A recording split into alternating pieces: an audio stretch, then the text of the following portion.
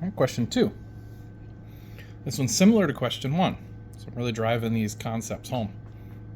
We have 3 uniform spheres. Okay, so we have mass 1, which is at 2 kilograms. We have mass 2, which is at 4 kilograms. And we have mass 3, which is at 6 kilograms. So we have different size masses in different areas. They're placed at corners of a right triangle. Okay, and it gives you the locations of each. Calculate the resultant gravitational force on the object of mass m2. So we want to see what happens here with mass 2. Assuming the spheres are isolated from all the rest of the universe. So imagine that these are just the 3 in our system. Now, I did include the figure. It helps out to have the figure here. We can see that these are going to be attracted to each other, so mass 3 will be trying to pull mass 2 towards it. Mass 1 will be attraction. It will be trying to pull mass 2 up towards it. Okay, so we'll have to figure out what the resultant vector is of these 2 forces. So we have 3 objects. Our force equation only gives us for 2 objects. So let's start that up. We've got G m1 m2 over r squared. Let's find the force for mass 1. Okay, so the G constant, 6.67 times 10 to the negative 11. Mass 1, I'll go ahead and do mass 1. Mass 1's mass is 2 kilograms, so 2. Mass 2 is down here. Mass 2 has a mass of 4 kilograms. And then the distance between mass 1 and mass 2. So it's along the y-axis, so they have 0 for the x, they have 3 meters for the y. So this would be 3 meters squared. Okay, so let's go ahead, let's plug that in. Again, it's going to be really small.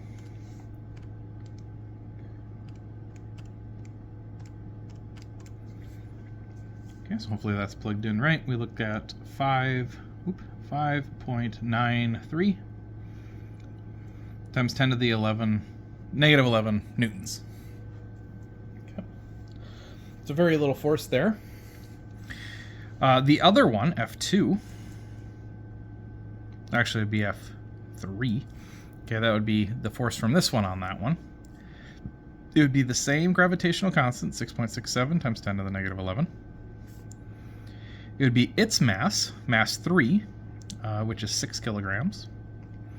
And then its effect on mass 2. Mass 2, again, was 4 kilograms.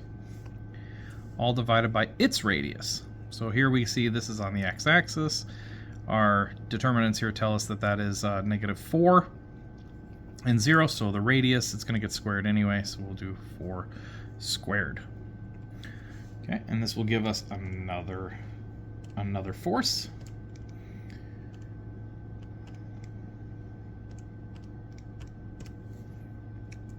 Okay, quite a bit bigger force, 1.0 times 10 to the negative 11. Okay. And again, that's in newtons. So these are our 2 forces. If I follow their order here, they have done F12 and F32. Force of 1 on 2, force of 3 on 2. And so now I have the 2 forces, but I have to put them in vector form, right? So if I want to look at this as the resultant vector, which is what it calls for, find the resultant vector, or I can say maybe the net force or resultant force, whatever you want to call it. F12 is pointing up, F32 is pointing in the negative x direction. So if I was going to write it in vector component form, I would go 1.0 times 10 to the, negative 10th, not 11th, negative 10th. Okay. 1.0 times 10 to the negative 10th. This is in the x hat direction. And it's negative x direction. Plus, I would have 5.93 times 10 to the negative 11 y hat. And that's in the positive y direction. and that's in newtons. So you can leave it like this if you'd like. That's fine. For this class anyway, you're having vector component form. If you wanted to find out what the actual magnitude of it was, if that's what the sentence had said, is what is the magnitude of the resultant vector, well, then you would just take Pythagorean theorem of these. All right, so we'd have 1 times 10 to the negative 10th squared plus 5.93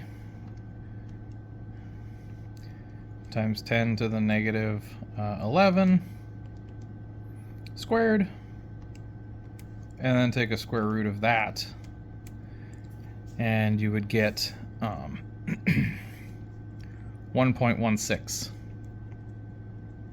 times 10 to the negative 10th newtons would be your resultant vector, and it would look something, it would be up something like that, out in that direction. And I guess that'd be more in the x direction than in the y direction, but anyway, we'd have negative 1 times 10 to the negative 10 squared plus 5.93 times 10 to the negative 11 squared.